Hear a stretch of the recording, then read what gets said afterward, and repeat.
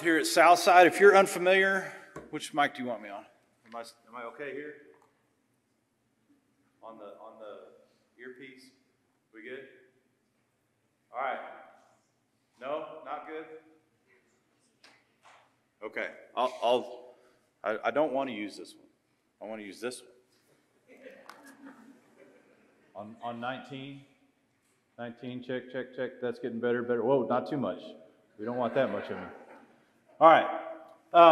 So you find us, if you're joining us for the first time in a while, or you weren't here last Sunday, September is overflow month with our church family. And so during the month of September, we promote, tell you guys about, inform you, and try to encourage both giving towards overflow as well as participation in some of our projects with overflow. So overflow is simply the idea that from here in Rogers, we overflow into our communities, into our neighborhoods, as well as to the rest of the world. And our primary mission points for our international mission work happen in the countries of Mexico and Honduras. And so next Sunday is Overflow Sunday, and all of the funds that we give next Sunday will go to fund our international mission work. Now, last week we talked about one kind of area of our mission work that happens in local congregational work, and it is probably the most traditional mission effort that you would think of, where we support a minister and a church in a location for them to reach out to that community. And we have congregations in the Mexico City area, as well as congregations and ministers that we support in Honduras, in and around many cities in Honduras. And so that's kind of one aspect of our congregational work.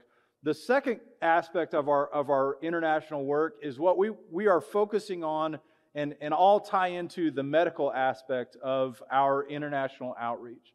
And that comes primarily in two forms.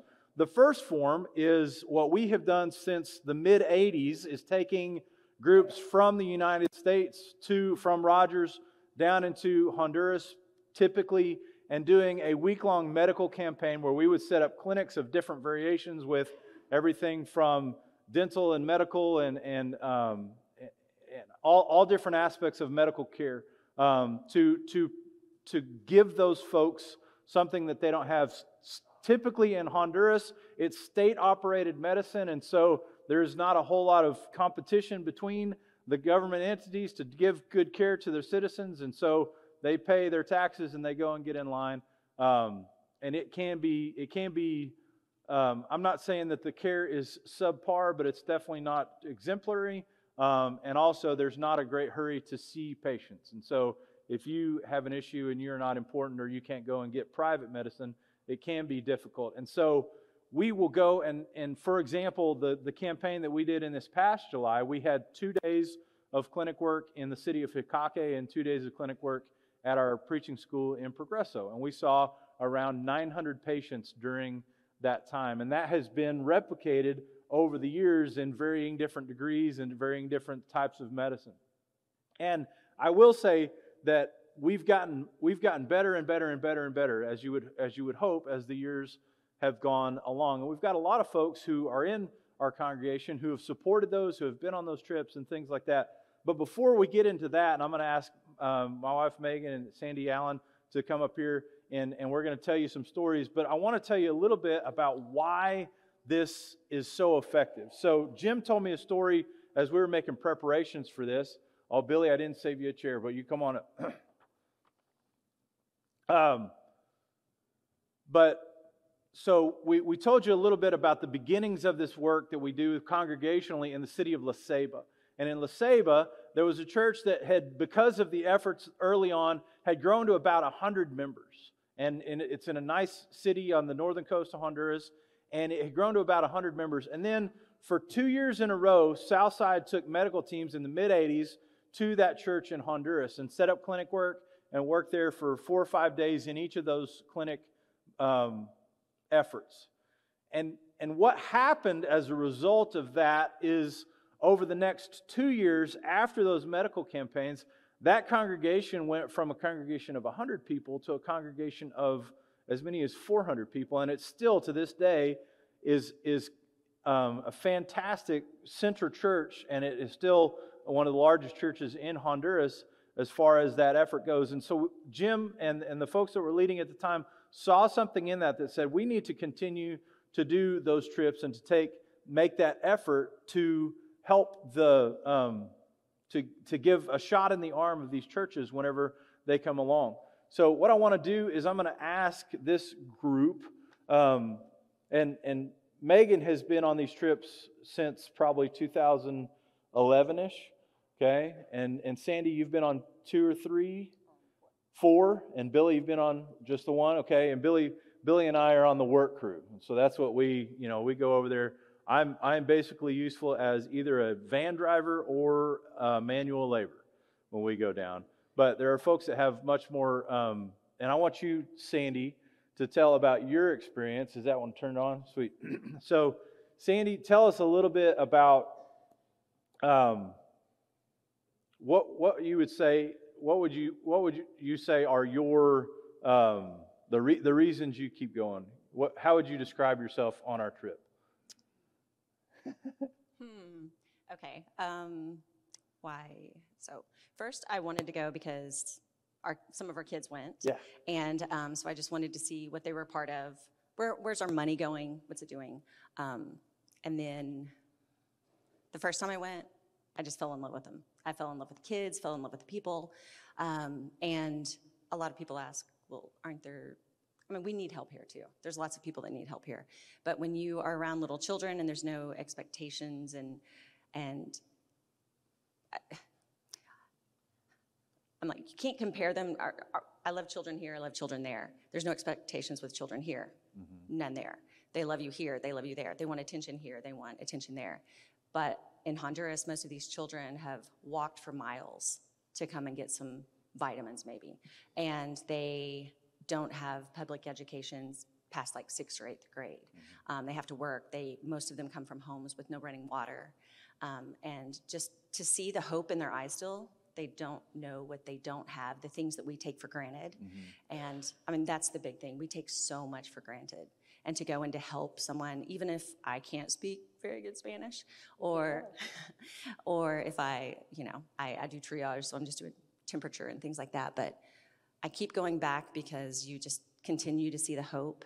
And even if I don't speak good Spanish and I can't preach, whatever, they see the love. And that's how we are acting as Jesus wants us to do. And part of the reason I asked Sandy to come Can I say something about Sandy? I'm sorry. I was going to say something about Sandy. Okay. Part of the reason, if you don't know, this is my lovely spouse. And I can interrupt him. And she can I give her permission to interrupt. No. How did we get here? So part of the reason I wanted to ask Sandy to come is because we go down we take participants in these trips who are translators, who are Spanish speakers, who have medical capabilities, etc. And Sandy does not bring any of those particular extra skills to the table. But this past year, what is Issy's daughter's name? No, I'm sorry, Marvin's daughter. Sarai is a young lady who worked in the pharmacy with us the entire time. And the connection that Sandy made with Sarai was such that she created an original painting for Sandy, brought it to her on the last day, went to town, got some gifts, bought them, and brought to Sandy. And they had this, and just like the connection that Sandy was able to make, even though not medical, not language, just spending time with Sarai. And then I've got some pictures at the end of this little slideshow of Sandy, who brought a bunch of little coloring books. And she's got this flock of kids from this school around her with her coloring books. And I've seen that play out not just with Sandy, but with other individuals over the years who just get down there and they just love and they smile and they hug and they gift. And so Sandy is a prime example of, go ahead and click to the next slide if you can. There we go. So you can't really see, but on the top left, that's Sandy with her horde of people, of kids that she just gave these coloring books. And this is me behind Sandy taking a picture of the kids here on this front picture. And that's our crew, and that's the work that we did in Hikake this past summer. And so there's this element of you don't necessarily have to go on these trips with a ton of specific skill to make an incredible impact, okay? And so what were you going to say? Is that That's what you were what I going to was say? going Okay, to say. good, good. 'Cause we're the same person. We are the same person, yeah. Okay, wavelength.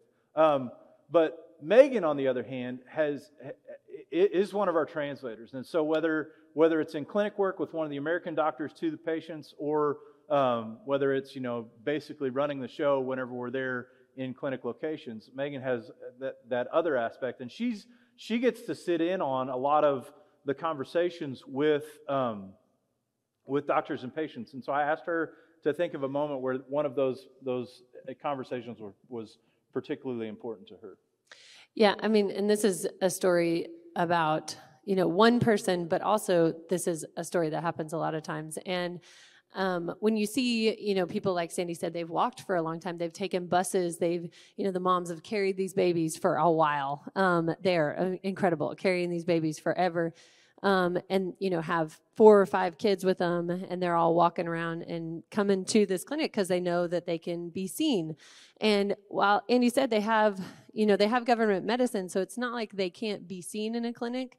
They may not get anything to be seen. The doctor will say, okay, well, here's what you need, but you have to go to the pharmacy now and pay for these medications, or, that is just what it is. We don't necessarily have anything to give to you at the doctor's office. And they know that when we come with this clinic, that we're going to give them at the very least vitamins and, some ibuprofen, things like that. Especially the liquid children's medicines are really sought after because they're not cheap. And Matt, I think all of us moms in here remember a couple months ago whenever liquid Tylenol was not around the shelf, right? And it was like, oh my goodness. And the things that we take for granted. So, we're talking with this mom, and I'm handing her all of her medications for all of her kids, and it's just vitamins and liquid Tylenol and ibuprofen. But the relief in her face, and her speaking to Kenya, who is the normal pharmacist there, she was speaking to her and talking to her just about how wonderful it was that she was being given these medications without having to go to a pharmacy, that it was right there. And, she was just expressing her relief and her, praise of this work, because she said that she has been to the doctor and needed these medications, but she couldn't afford to go to the pharmacy, or, with 4 kids or 5 kids at home, wasn't able to make the trek again to go and get these medications. And I just think, it just made me think about when my kids get sick, my kid has a fever, I just go, if I ran out, I just go to the store and I buy some medication, and it's not a problem for me at all. But to have to make a decision as a mother to say, okay, am I going to get this medication for my child, or are we going to eat meat this week? Or am I going to be able to buy the school uniform that my other kid needs? Or am I going to, I have to make a decision. It's not something that I can just add into. I have to choose what is not going to happen if my child needs this medication. And then to think about the relief that is for the whole family. If that baby is sick, who's sleeping in that family? Not very many people. That house is not big enough for that baby to be off in some room by itself crying at night. Nobody's sleeping. And so you just think about the domino effect that has. It's a small thing and it's a simple thing. And sometimes we do kind of feel like, what are we're just giving vitamins and medication. We're just kind of, running these people through here. But her relief and her real, she was so grateful for this. What just made me think about the domino effect that can have on people. And then as Andy was saying about the church congregation, it's hard to think okay, I might, be able to be a part of a congregation and give of myself if I don't have the things that I need. And so by providing those things, we are opening up space in their lives for them to see what Jesus is doing and to be able to then overflow their cup to help others. Yeah, and so in a lot of ways, we are not able to give them, long-lasting, ongoing care, or we hadn't been for a long time. But now we support, through our overflow funds, we support a full-time physician whose name is Dr. Fonseca Isis, and she has a staff that are graduates from the Beca School who are there in Progresso, and this is in a singular location, but we can have ongoing care for some of these folks that we see. And so stories like what we saw in La Ceiba of these churches growing and expanding because they asked the question, why would these people care about us? Why would they, because this, these families are cash poor. They may be able to go and feed themselves from, the chickens that are running around or from the trees, but whenever it comes to you need to go to the store and buy this thing, that's a whole different animal. And so we encourage, and another thing, as we think about the church and we think about the mission of the church in these types of projects, is that if you follow along in the footsteps in the ministry of Jesus, how many times did he care about the physical well-being of the people that he touched, both literally and relationally, where he engaged these folks and said, I want to make you well, and I care about that because you're probably not going to care a whole lot about what I say until I can make that well. And so whether it's, Billy and some of the physical projects that we go down there and make happen so that they can have this congregational work, or whether it's Sandy and just loving on the kids and making those connections, or whether you have a skill as a physician or a translator to go on and be a more, kind of the hub of the project, these trips are fantastic to bless the people that we touch, but also they have a much long-lasting impact into the work of our churches in Honduras specifically. So that's kind of this window we want to tell you about with Overflow. And so as you make plans to give next Sunday, we are very excited about the work that goes on down there. And so next week we'll tell you more about our preaching school and a very involved project that we are very central in. So thank you guys very much for coming, and we'll turn it over to Mr. Jared.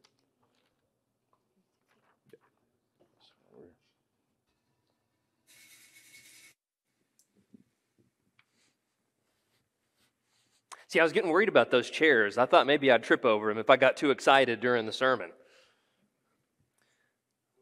We wouldn't want that, yeah. Well, I'll be honest with you all. I am going to go ahead and apologize for the fact that we're talking about how all of life is vanity the morning after such a tragic Razorback loss. I promise that I didn't plan it this way. I do want to ask, though, as we get started, as we conclude our series from the book of Ecclesiastes, have you ever thought about what you would put on your tombstone? You ever thought about what it's going to say? For the most part, as modern-day 21st century Americans, all we put on our tombstone is simply our name, our birth date, and our death date. That's about it.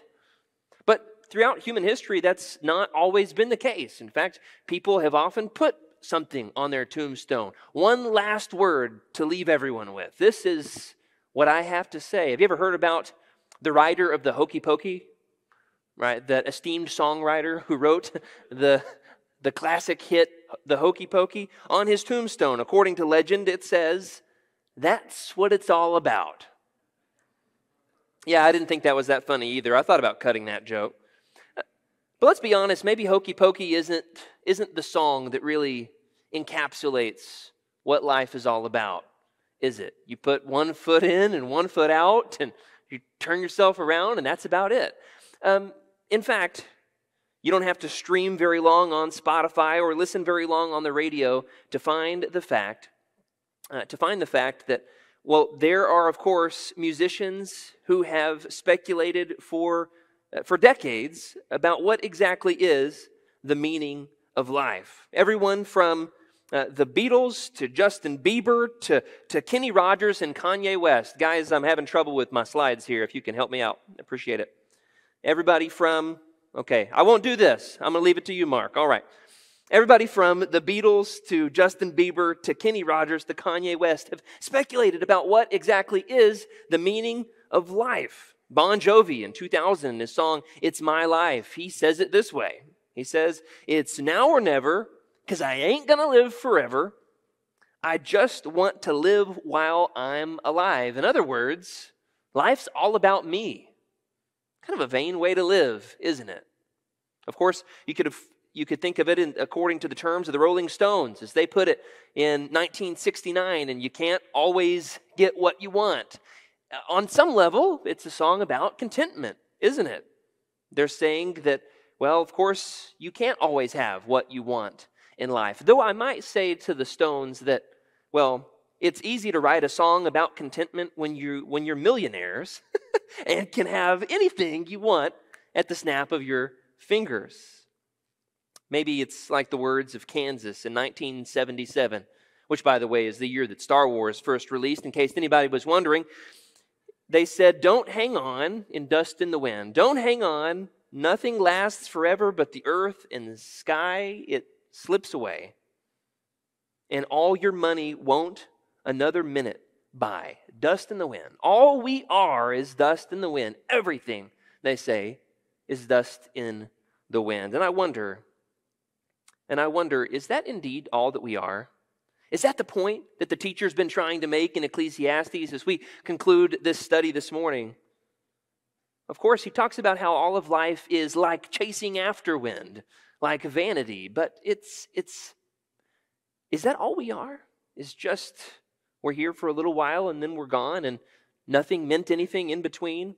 Well, of course, the teacher in Ecclesiastes has shown us, let's face it, that death is inevitable on the one hand, that our lives are brief. Sometimes it feels like we're constantly running uphill. Sometimes it feels like our work isn't worth it or our lives don't mean anything. But he's making these points, and we've studied these over the last couple of months, that life is about more than entertainment. Life is about more than money. Life is about more than work, though we ought to work hard with the time that we have. Life is about more than knowledge. In this passage that Elijah just read for us a moment ago, there's the making of books is without end. In other words, knowledge is always something that you can accumulate more of. But is that really what life is all about? He makes the point that life is about more than sex and youth and beauty. Did I hear an amen? We're not talking about my beauty up here, okay, this morning. Well, but that life is to be enjoyed, isn't it? Cherishing and intentionally investing in the little daily blessings that all come from God. And that leads us to the teacher's conclusion here in Ecclesiastes chapter 12 that we just looked at a moment ago. Of course, this postscript, kind of the end of the matter passage that we find in Ecclesiastes 12 that says, now that it's all said and done, we take everything the teacher said into account. What did it all amount to? And maybe it amounts to something that's less like the Rolling Stones and more like Tim McGraw in Live Like You Were Dying. Of course, death is inevitable. So what if we lived like death was, in fact, coming for all of us? Though the good news this morning is for all of us, there's no skydiving required or bull riding, of course, as Tim McGraw might recommend. Instead, we find this, Ecclesiastes 12, 9 through 14. Besides being wise, the preacher also taught the people knowledge, weighing and studying and arranging many proverbs with great care. The preacher sought to find words of delight, and uprightly he wrote words of truth. The words of the wise are like goads, and like nails firmly fixed are the collected sayings. They are given by one shepherd. My son, beware of anything beyond these.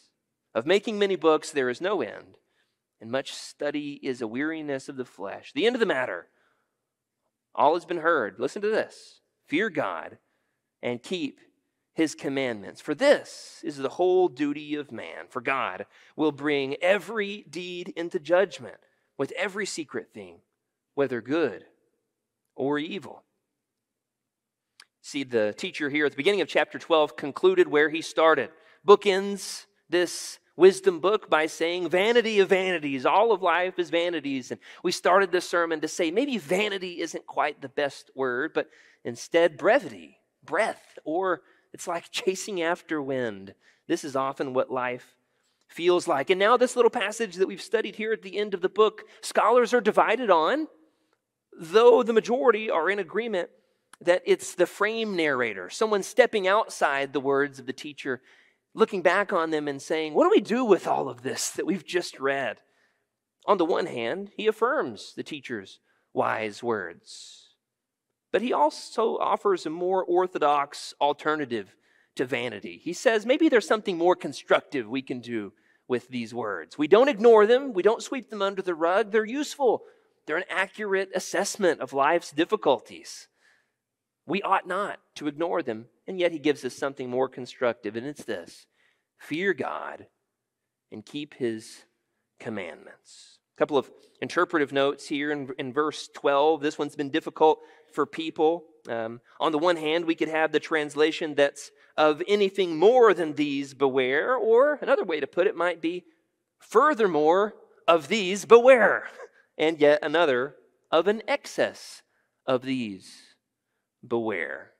In other words, the teacher is saying something along the lines of it's a cautionary note concerning the teacher's words, and he's saying even if they're hard to swallow, they're difficult to reconcile with conventional, at this point, Jewish faith, palatable orthodoxy, we might call it. He says, don't cut them out of your Bibles. We need to give them heed.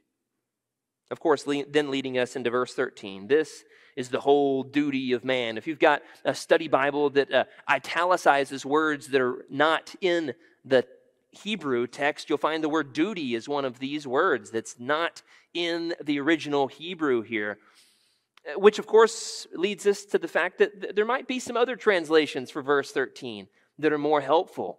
Some have said this is the all of man. Yet others have said, we could put it more idiomatically, this is what life is all about. Or the one that I like the most. At the end of the day, this is what it means to be human. At the end of the day, the narrator reminds us of God's perfect divine judgment. He reminds us that there is a healthy fear of God, and it prevents us from thinking that we know it all, which leads us to the question this morning before we conclude, and it's this: what exactly is a healthy fear of the Lord? See, Jesus, on the one hand, teaches us that we ought to fear the one who holds the power over our lives. And yet, James teaches us in James chapter 4 that perfect love casts out fear, that our whole lives should not just be about a fear of punishment.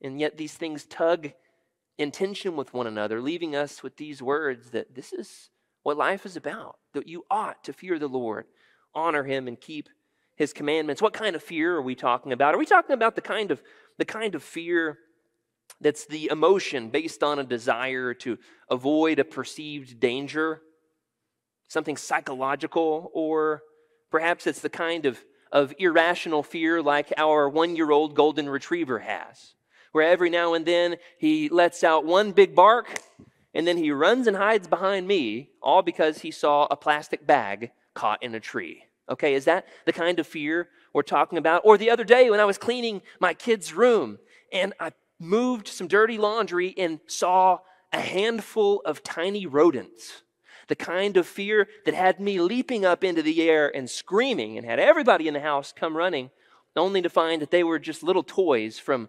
Lucy's pet shop Barbie kit. Okay? And she said, "Daddy, those were in bed." Okay.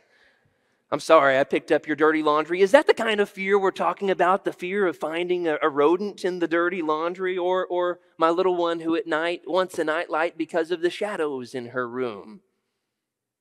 Or is it that sinking feeling in your gut when you're driving over a narrow overpass over the interstate in the rain?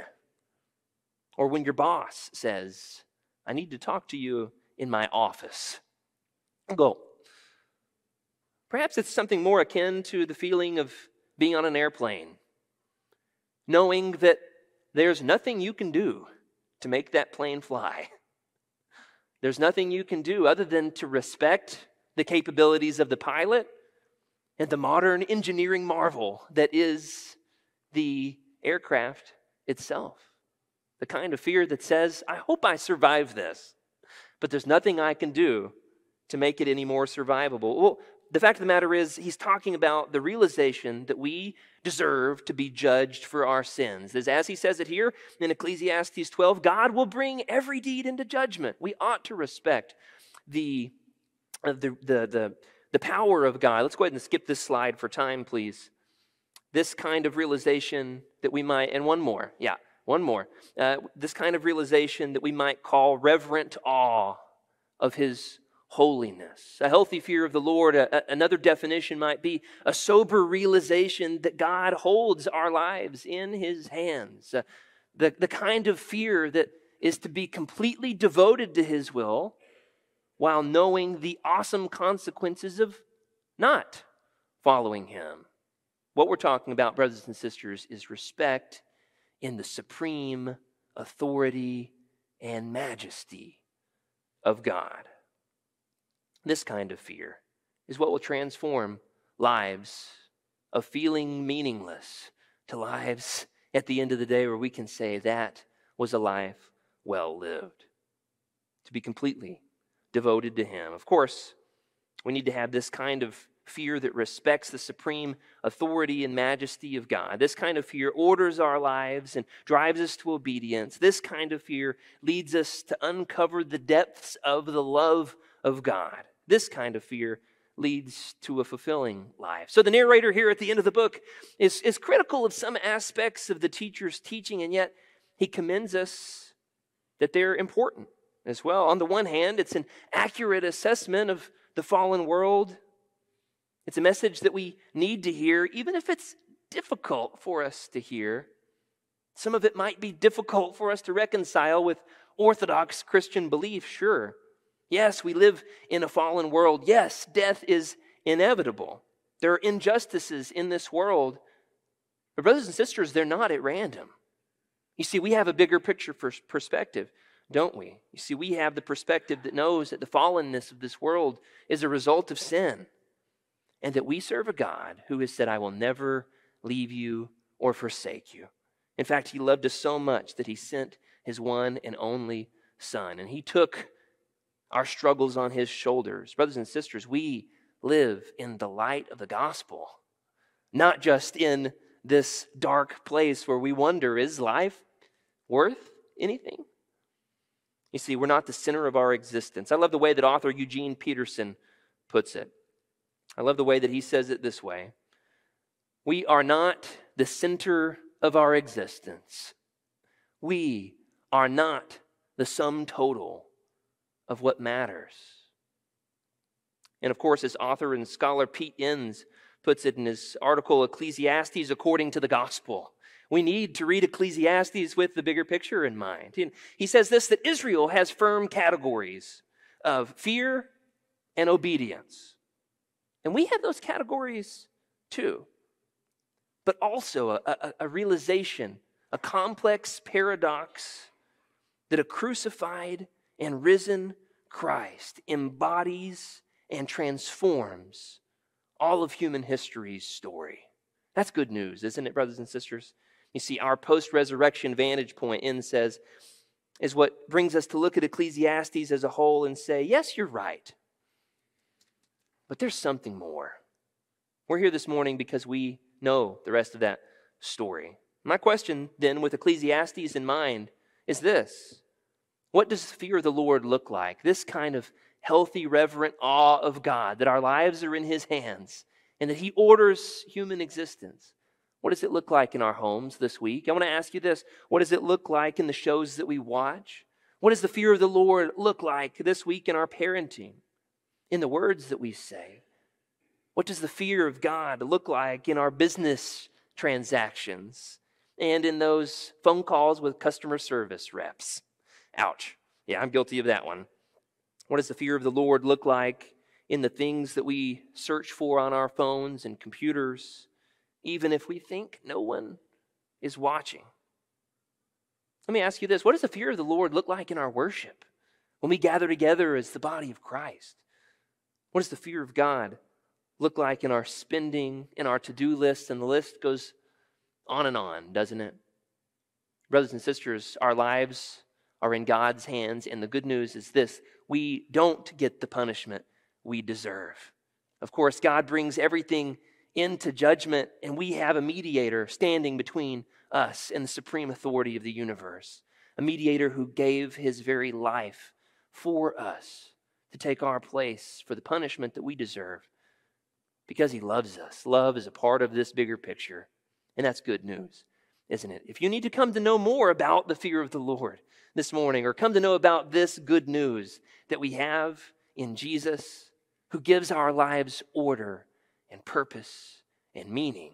We'd love to share more of that story with you. If you need to respond in any other way this morning, come now as we stand and sing.